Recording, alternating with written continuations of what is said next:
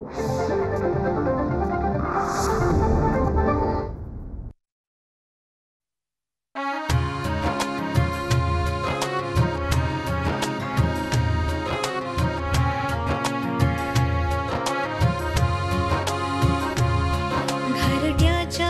मोहात पंख मिटू नये कधी,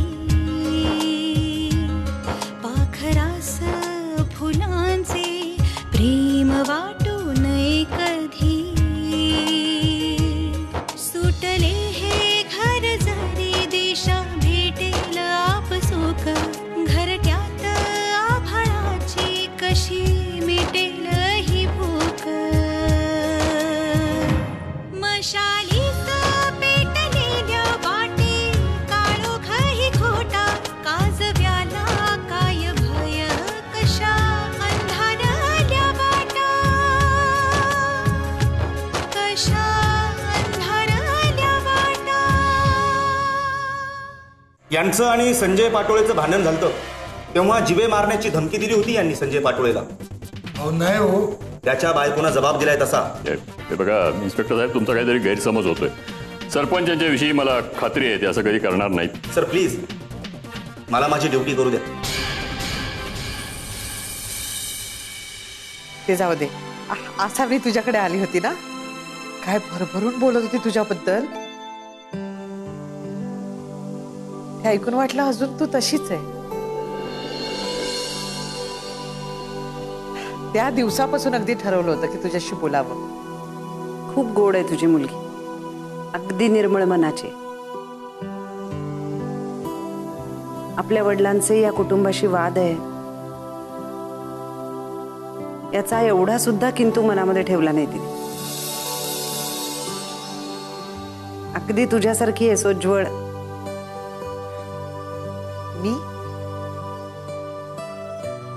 मी खूप बदलली आहे ग. का ग? सभोवतालची परिस्थिती, माणसं. आपण परिस्थिती बदलायची. कुठे बदलता आली परिस्थिती? तुलाही आणि मलाही. साधं फोनवर बोलायला सुद्धा इतकी वाट बघावी लागते. आणि इतके वर्षांनी आपण दोघी बोलतोय त्याची पार्श्वभूमी बघ.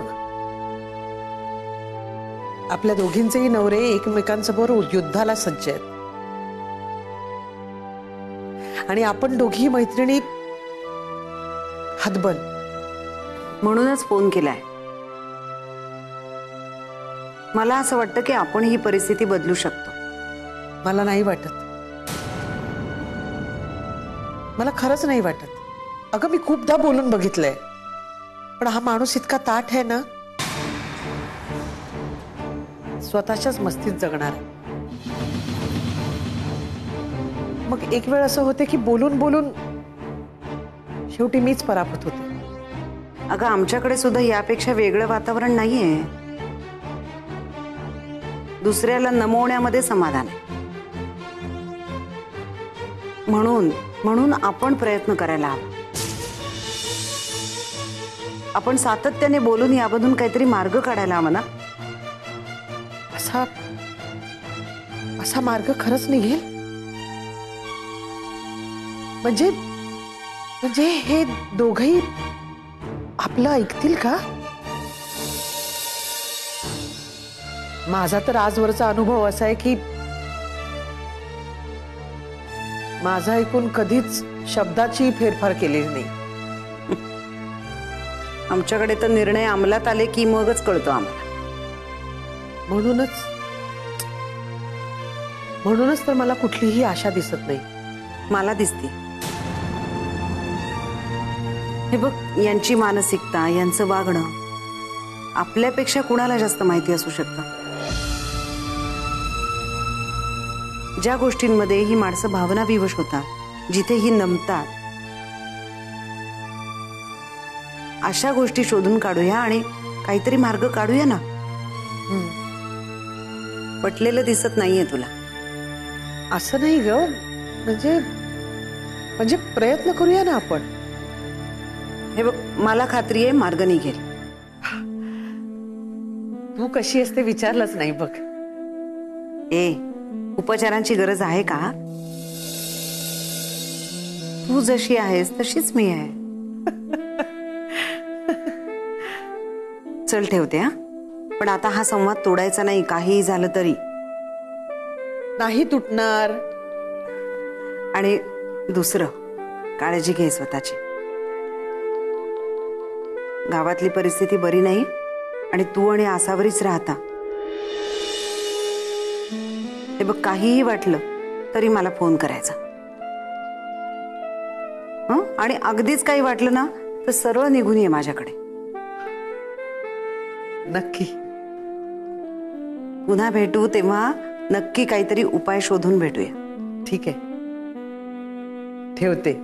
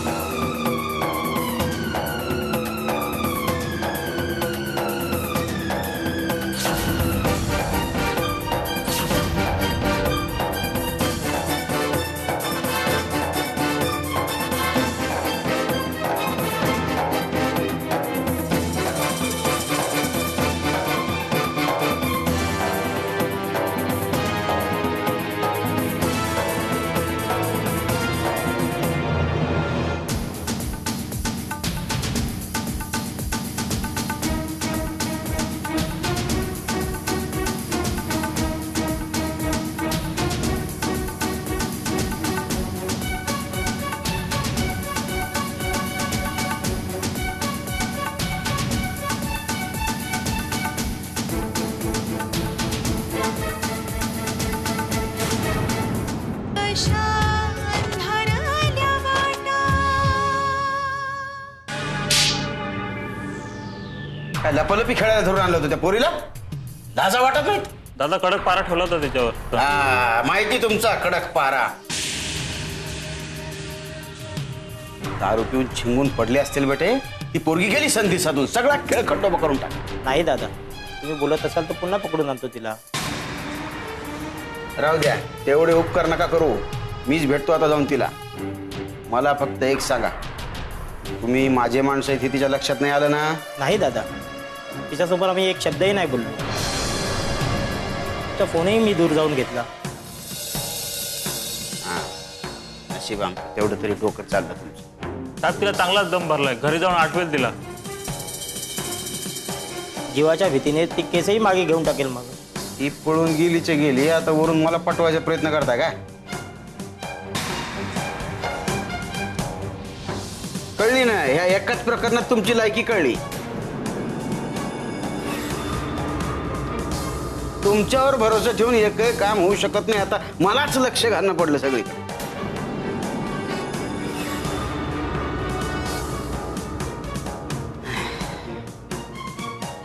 पोरीला तिला गाठून विश्वासात घ्यायला पाहिजे. प्रेमानं समजावून सांगून केस वापस घ्यायला लावण्याशिवाय पर्याय नाही.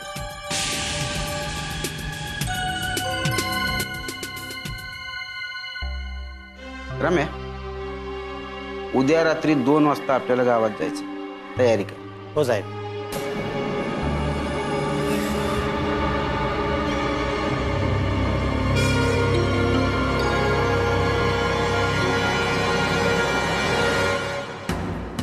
एकदम राजा माणूस होता साहेब. माझ्याकडे येऊन जाऊन असायचे, माझी चौकशी करायची, काय हवं नको बघायचे.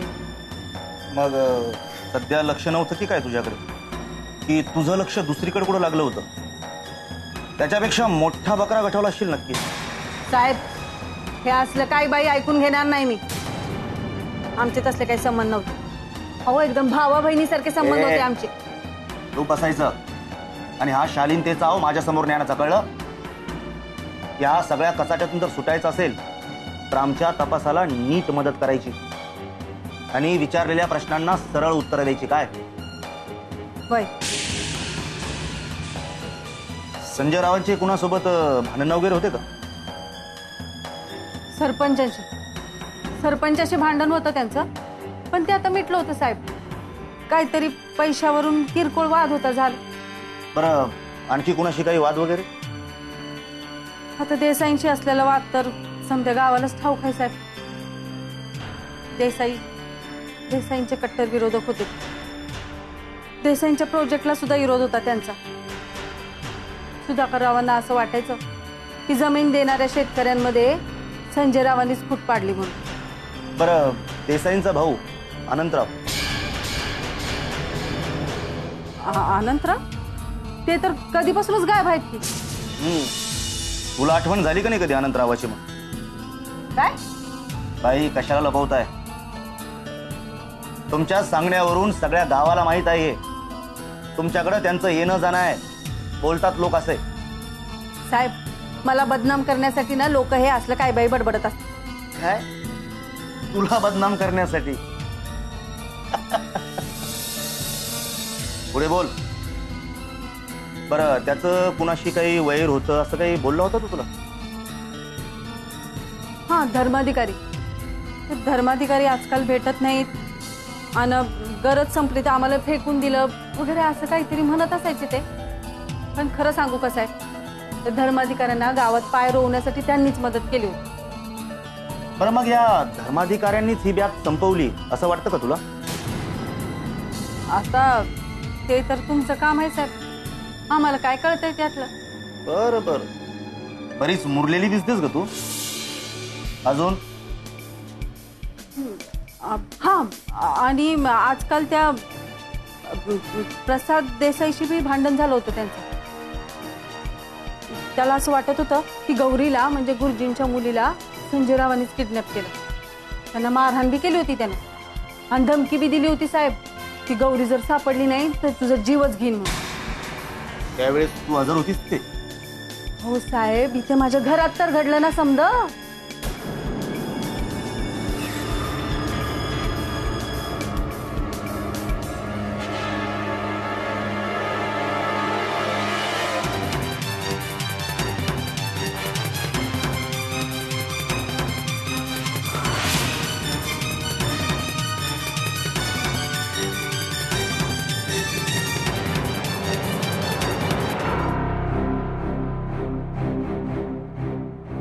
काय रे, अर्जंट बोलवलंस?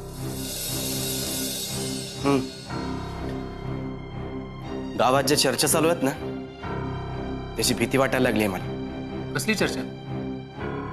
संजयच्या खुनात चर्चा. संजयच्या खुनाशी आपला काय संबंध? गावात अशी चर्चा चालू आहे की संजयला आपल्याशिवाय कोणीही शत्रू नव्हता. म्हणजे संशयाची सुई कधी ना कधी आपल्यावर येणारच. हे बघ, लोकांना काय म्हणायचं ते म्हणू दे. खुनाचा आरोप सिद्ध करायला पुरावा लागतो. आपण खून केलाय का? नाही ना, मग घाबरण्याचं कारणच नाही ना. नाही प्रसाद, तुला वाटतंय तितकं सोपं आणि सरळ नाहीये. सगळं त्या धर्माधिकारीने केलंय आणि यामध्ये आपण अडकले जाऊ याची पुरेपूर काळजी घेईल तो. हो रे, बरोबर बोलतोस.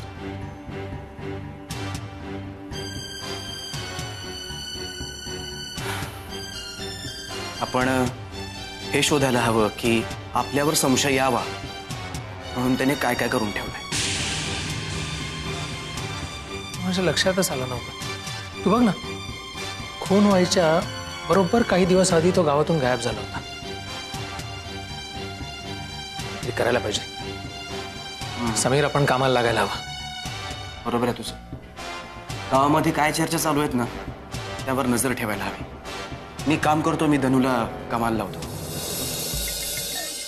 किमान त्या चर्चेमधून एवढं तरी नक्कीच कळेल की खून कुठे झालाय. समीर, तू बोलत असताना अजून एक गोष्ट माझ्या लक्षात आली. संजयचा खून करून त्याचं प्रेत धर्माधिकारींच्या बंगल्यासमोर टाकण्यात आलं. म्हणजे तू बघ, सामान्यपणे विचार करताना काय वाटेल की ज्या अर्थी हे प्रेत धर्माधिकारींच्या बंगल्यासमोर टाकण्यात आलंय त्या अर्थी त्यांच्यावर संशय यावा म्हणून देसाईंच्याच कुटुंबातल्या कुठल्या तरी एका माणसाने केलं असं. खूप हुशारीने काम केलं. ठीक आहे, याही गोष्टीचा तपास घेतला पाहिजे की संजय नंतर धर्माधिकारीचा गावामध्ये कोण माणूस आहे. मला तरी सरपंच सोडून दुसरा कोणी दिसत नाही, पण तो हे असं काही करेल एवढी त्याची लायकी नाही. तो जो एक म्हातारा आहे ना, तो विश्वासरावचा भाऊ, तो महाकारस्थानी आहे. त्यानेच केलं असेल हे. सगळ्या गोष्टी प्रत्यक्षात आणण्यासाठी त्यानेच आपलं डोकं चालवलं सर. तू ओळखतोस त्याला? हो, भेटलोय मी त्याला एकदा. बोलण्यामध्ये पार गुंगवून टाकतो तो. पुढे असतो गावात कुठेही. गावातल्या बऱ्याच माणसांना त्यानं चांगलं फितवलंय. तुला कसं काय भेटलं नाही याच नवल वाटतं मला.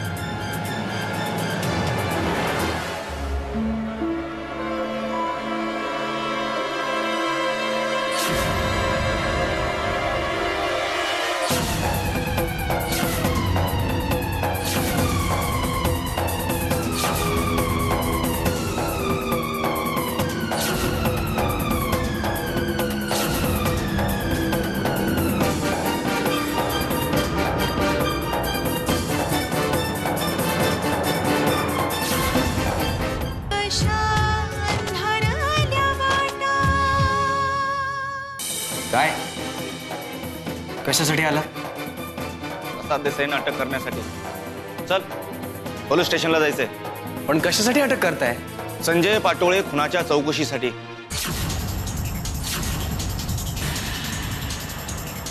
पण काय संबंध आहे? संजय पाटोळेच्या बायकोनं जबाबात प्रसाद देसाईंचं नाव घेतलंय आणि इथंच सगळं विचारलं तर पोलीस स्टेशनला काहीच उरणार नाही ना. चला, तपासाला सहकार्य करा. चल.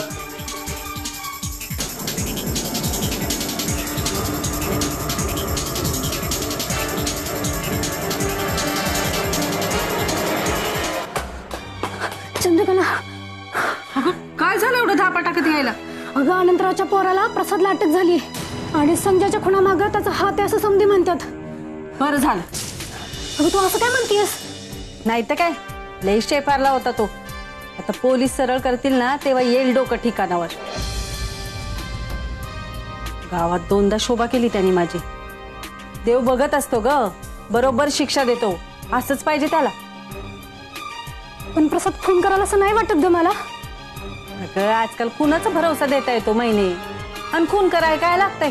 या असल्या पोराटोरांकडे बंदुका दिल्यावर दुसरं काय होणार आहे? आणि त्या देसाईंनी पाळलेला तू सांड धन्या, तो बी उठसूट बंदूक काढत असतोय. त्या दिवशी तर माझ्या डोक्यालाच लावलेली त्यानं. काय नाही, तू घाबरू नकोस. पण बघ, एक दिवशी तो बी ना ह्याच्यासारखा जाईल 12च्या भावात. चंद्रकला, पण तो धन्यासारखा पोरगा नाही वाटत ग. होय, मग तू जातीस त्याची बाजू घ्यायला पोलीस स्टेशनात? चल चल, तुला सोडून येते. नको ग बाई, उभ्या आयुष्यात मी कधी पोलीस स्टेशनची पायरी चढले नाही. आणि अशा रिकामे उद्योग करावेत तरी कोणी ग? होय, मग असल्या रिकाम्या उद्योगाचं बोलायचं बी नसतं. नाही तर पोलीस पकडून नेत्यात. खरं का काय? हा, मग खोटं सांगते काय म्या? नको बाई.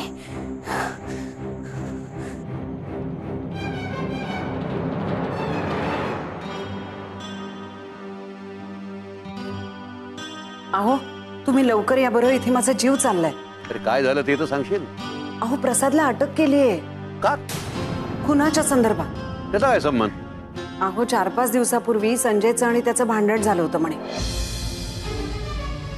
त्यावेळेला प्रसादनी संजयवर हात उगारला होता, आता मारहाण झाली होती त्यांच्यात. मग संशयावरनं अटक केली आहे. ही पोरं काही ना काहीतरी उपद्व्याप करतात आणि अडकतात. चौकशीसाठी ताब्यात घेतला असेल तर फार काळ आत ठेवता येणार नाही त्याला. मला फक्त त्या इन्स्पेक्टरचा भरोसा नाही ग, जबाब नोंदवण्यामध्ये काहीतरी मेख मारून ठेवेल. अहो, तुम्ही इतकं शांतपणाने कसं बोलू शकताय? अगं मग काय ओरडू का? अशा वेळी शांतच राहावं लागतं. ते काही नाही, तुम्ही लगेच निघून या बरं. हे बघ, माझी कामं आटपली की मी येतो. समीरला जामिनाची तयारी करायला सांग. हो, आलाय तो आता. त्याला देते, बोला.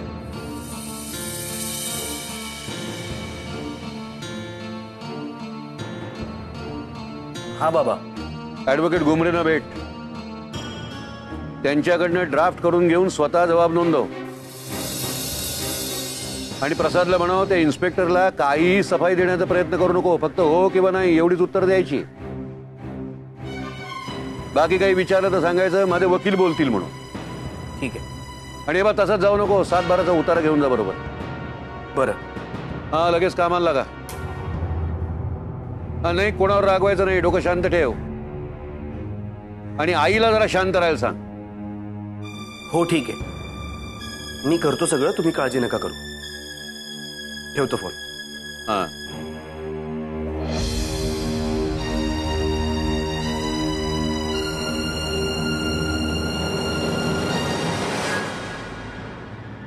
मी पण होतो तिथे. काय? नाही मग समीर, तू जाऊ नको जामीन करायला. अरे त्यांना बरंच होईल ना, काहीतरी कारण काढून तो इन्स्पेक्टर तुलाही अडकवेल. आई असं कसं? काहीतरीच काय. मी सांगितलं ना,